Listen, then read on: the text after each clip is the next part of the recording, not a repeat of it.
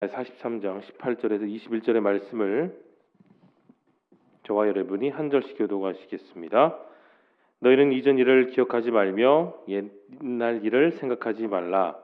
보라, 내가 새 일을 행하리니 이제 나타날 것이야. 너희가 그것을 알지 못하겠느냐?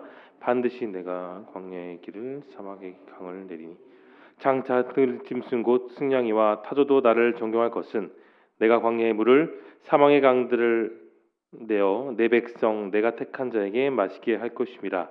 이 백성은 내가 나를 위하여 지었나니 나를 찬송하게 하려 함이니라. 아멘. 하나님은 바벨론에서 새로운 계획, 새 비전을 품고 그것을 다 실행하셨습니다. 오늘 본문을 자세히 보면 하나님께서 계획하시고 하나하나 행하신 그 일이 마치 새로운 출애굽 여정을 이끄시는 그런 장면을 연상케 하죠. 하나님은 그렇게 새로운 일, 새로운 비전, 그 새로운 계획을 통해 새롭게 남유다를 회복하고 계시는 것을 내용을 기억하며 우리 함께 내용 관찰 1번으로 들어갑니다. 하나님께서는 이스라엘을 구원하시기 위해 어떤 일을 행하셨습니까? 바다 가운데 큰 길을 여셨죠. 그리고 200만 명이 넘었던 이스라엘 백성들이 다 안전하게 건널 수 있도록 마른 땅이 되도록 허락하여 주셨습니다. 그리고 애굽 병사들과 마병과 그 군사들이 더 이상 추적하지 못하도록, 그리고 이스라엘 백성들이 다시는 그 애굽의 병사들을 보지 못하도록 하나님은 그 모든 악의 세력들을 바다에 수장시키셨습니다. 내용 가사 2번입니다. 하나님께서 새롭게 행하실 일은 무엇입니까? 이스라엘 백성들이 그렇게 끌려가는 소망 없는 사막으로 돌아오는 것이 아니에요.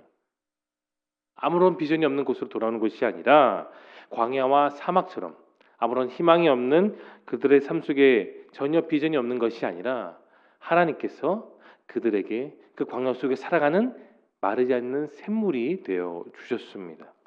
하나님께서 행하시는 그 일들은 여러분 위대합니다. 우리의 생각과 우리의 이성과 이 작은 두뇌로 더 결코 다 이해하지 못하는 하나님의 놀라우신 그 계획을 보여주시는 것이죠. 사람들이 생각하지 못하는 지혜와 그 길로 하나님은 하나님의 백성들을 지금까지 다 이끌어와 주셨습니다. 하나님께서 이루신 새로운 계획의 처음이 남유다의 회복이라면 두 번째는 신약시대의 온전한 회복이었고, 그리고 세 번째는 오늘 살아가는 이 성령시대에 하나님께서의 우리를 향한 회복이십니다. 오늘 살아가는 우리를 구원하시는 계획도 여전히 진행되고 계시죠. 하나님의 계획은 우리의 삶 속에 감춰져 있습니다. 이 감춰져 있다는 단어를 통해 왜 하나님께서는 우리에게 직접 보여주지 않으시고 우리의 삶에 숨겨주셔서 그것을 감춰주셨을까? 우리는 그렇게 생각할 수도 있습니다. 그런데 여러분 한번 생각해 보십시오. 정말 작은 도토리 안에 큰 나무가 자라나는 생명력이 있습니다. 그리고 가시는 장미에 자라가는 성장에 필요한 요건이 되기도 하죠. 도토리에서 나무가 자라는 것 우리가 쉽게 상상할 수도 없는 것처럼 가시는 장미에 성장하는데 우리가 생각할 이유가 되지도 못할 때도 있습니다. 그러나 우리의 이성으로는 이해되지 못하는 것이 맞지만 그것은 분명히 일어나야 되고 또 성장에 필요합니다. 이런 일들을 비추어 봐 우리는 우리 삶 속에 임하시는 하나님의 계획도 어떠한 방식으로 이루어가는지를 또한 우리의 삶 가운데 믿음을 통해 깨달을 수 있습니다. 우리가 하나님 방법에 순종하고 또 그 말씀에 온전히 믿으며 나아갈 때에 하나님의 계획이 우리 삶 속에 또 온전히 드러나게 되는 것이죠. 더 좋은 방법, 더 좋은 환경, 더 좋은 문으로 우리의 삶을 열어주신 하나님을 오늘도 찬양할 수 있기를 소망합니다. 3번 연구와 묵상으로 나아갑니다. 하나님께서는 왜 이스라엘 백성들을 위해 새로운 구원의 계획을 일하십니까? 여러분, 이스라엘 백성들에게 있어서 가장 필요한 해결될 일들이 무엇일까요? 회복입니다. 회복을 이루기 위해서는 쉬운 방법, 내가 원하는 방법으로 가는 것이 아니에요. 그 길에는 고난이 있고 인내가 있고 연단의 과정이 반드시 있는 법입니다. 이 모든 일은 오직 전능하신 성부 하나님만이 다 이루시고 다 주관하시고 우리에게 역사해 주시는 것이죠. 하나님은 잠시도 주무시지 않으십니다. 잠시도 쉬지 않으세요. 하나님의 눈길을 피할 수 있는 존재는 결코 이 세상에 단 한 명도 없습니다. 하나님은 여러분의 기업을 이어오게 하셨고 그 모든 상황 가운데서도 지금까지 오늘까지 이끌어와 주셨습니다. 여러분이 오래된 황폐된 그 어려운 연단 속에 씨름하고 계셨다면 또한 그 속에서도 하나님은 우리를 구원하여 주셨습니다. 세세하게 주관하게 모든 것을 다 하나님은 다 우리의 삶을 이끌어봐 주셨습니다. 하나님은 여러분이 어떠한 방향으로 살아오셨는지, 어떠한 연동과 고난 속에 있었든지 그 눈물을 이기고 기쁨으로 오늘로 우리를 나아가게 하심을 여러분 기억할 수 있기를 바랍니다. 하나님의 가장 전문 분야는 바로 회복이세요. 어려운 삶 속에서, 연단 속에서 우리를 회복하여 주십니다. 크리스천의 삶이나 우리의 기업이 무너져 내리는 그런 상황 속에 있을 때에도 하나님은 우리를 다시 일으키셨고, 다시 우리를 교회로 이끌어 주셨고, 다시 우리를 성도답게 크리스천답게 우리를 살게 이끌어 주시고 계십니다. 어떠한 어려움 속에 있을지라도 여러분의 형편과 가정과 직장과 모든 상황 가운데 우리를 회복하실 하나님을 오늘도 기대할 수 있길 소망합니다. 여러분이 모든 삶을 하나님께 내어 드릴 때, 그런 아브라함의 삶처럼, 그런 이삭의 삶처럼, 그런 야곱의 삶처럼 우리가 살아갈 때에 오늘도 우리의 삶은 반드시 회복될 줄로 믿으시기를 소망합니다. 4번 느낀 점을 보겠습니다. 하나님께서 백성을 창조하신 이유와 백성이 구원받는 목적이 하나님을 찬양의 위함이라는 말씀에서 무엇을 느끼십니까? 오늘 우리가 읽었던 이 말씀 전체 14절부터 21절의 핵심 구절은 바로 21절이죠. 이렇게 나와 있습니다. 이 백성은 내가 나를 위하여 지었나니 어떻게 한다고요? 나를 찬송하게 하려 함이라. 여러분, 찬송은 그저 평안할 때, 수요예배, 금요예배, 주일예배 왔을 때만 찬양하는 것이 아니에요. 평안할 때만, 기쁠 때만, 모든 것들이 형통할 때만 찬양하는 것은 반쪽 신앙입니다. 그 이면을 보십시오. 우리가 형편이 어려울 때에, 정말로 어려운 상황 속에 있을 때에, 답답하고 고난 속에 있을 때에도 우리는 여전히 하나님을 찬양하는 존재입니다.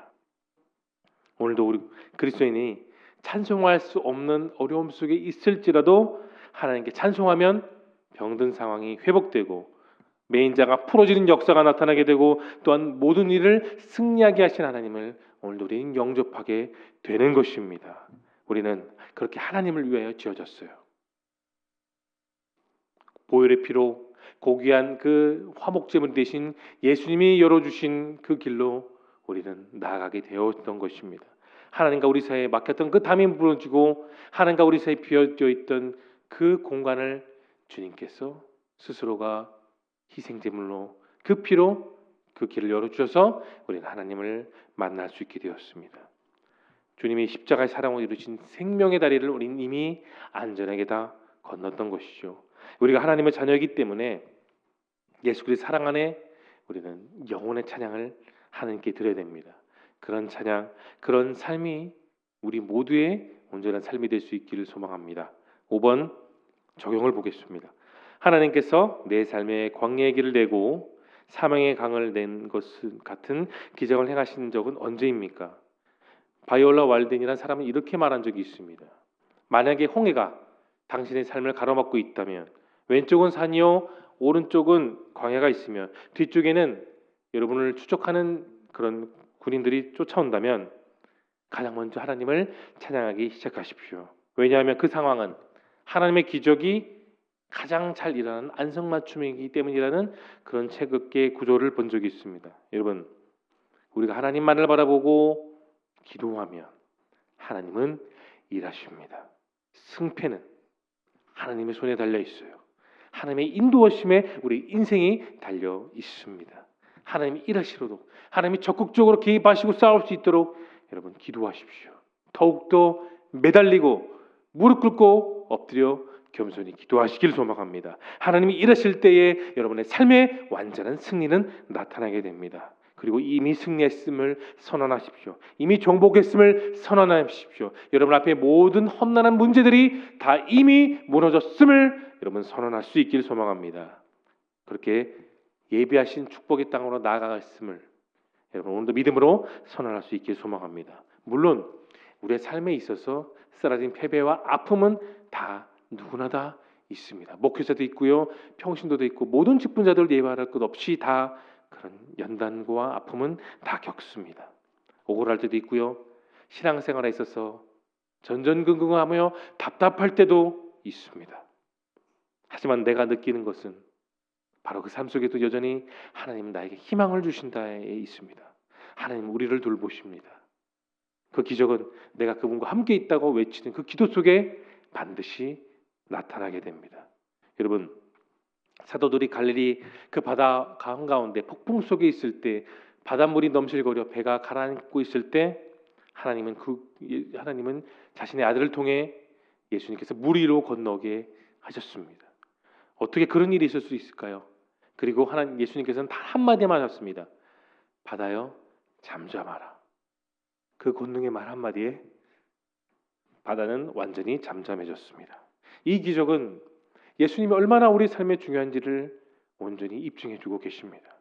이스라엘 백성들이 홍해 바다를 건넜을 때도 하나님은 온전하게 다 건널 수 있도록, 갓난아기부터 늙은 노인들이 다 건널 수 있도록 바다가 마른 땅이 되도록 하셨고, 그 뒤를 하나님께서는 천사를 통해 애국 군대를 다 막아주셨습니다. 여러분, 기적은 하나님이 가장 아끼시는 성도들을 향한 객관적인 증거입니다. 기적은 있습니다. 기적은 성경 속에만 있는 것이 아니에요. 기적은 바로 우리 삶 속에 보여지고 믿어지는 증거가 되는 줄로 여러분 오늘도 믿으시기를 소망합니다. 마지막 결단을 봅니다. 구원의 하나님을 찬양하며 내 삶에서 새 일을 행하실 간절히 바라며 여러분 무엇을 오늘 실천하시겠습니까? 스가랴 3장을 보면 바벨론에 유배되었다 돌아온 유대인들이 예루살렘 성전을 재건하는 그 이야기가 생생하게 여러분 기록되어 있어요. 그런데 예루살렘의 폐허 속에 또 성전의 기초만 다시 건설해 놓고 그들은 여전히 고향 속에 그 성전을 완벽하게 건설하지 못하는 안타까움 속에 있었습니다. 그런데 백성들은 그 어려움 속에서도 스가랴 3장 11절에 이렇게 말합니다. 하나님은 선하시다. 그들은 딱 그렇게만 고백해요. 원망하지 않고 조롱하지 않고 하나님께 불평불만을 늘어놓는 것이 아니라 하나님은 선하시다. 그들은 그렇게 찬양했습니다. 이것이 진정한 믿음입니다. 상황이 완벽하지 못할 때 자신의 삶을 바라보면서 이렇게 찬양할 수 있으면, 하나님은 여전히 우리 삶 속에 선하시다라고 고백할 수 있다면 우리는 정말 훌륭한 삶을 살게 되는 겁니다. 하나님은 오늘 우리 모두의 구원자 되십니다. 그분을 위해 우리는 성도가 되었고 오늘 우리는 삶을 살며 그 삶 속에서 우리는 하나님이 선하시다라고 찬양하며 고백할 줄로 믿으시길 소망합니다. 나의 찬양을 받으시고 오늘의 삶 가운데 여전히 우리에게 선한 길로 인도하신 하나님과 동행하는 저와 여러분 모두가 될 수 있기를 예수님의 이름으로 축원합니다. 이 시간 함께 기도하며 나가겠습니다. 오늘 말씀을 기억하면서 생명의 말씀을 기억하며 화면에 보이는 기도 제목 첫 번째, 나의 구원자 되시는 하나님만 의지하며 굳건한 신앙의 길을 걷게 하옵소서. 언제나 주님을 찬양하며 나를 위해 행하실 새 일을 보고 주님만 높이게 하옵소서. 또 6월 집중 기도 제목입니다. 평신도를 세우는 교회, 주님의 마음으로 성도들을 섬길 수 있는 평신도 사역자들이 세워지게 하옵소서. 다음 세대를 돕는 교회, 복음의 능력을 가지고 새 시대의 주인공으로 살아가는 자녀들 되게 하여 주옵소서. 뿐만 아니라 여러분 마음속에 품고 있는 소중한 기도 제목을 놓고 우리 뜨겁게 주 한번 외치고 통성으로 기도하며 나아갑니다.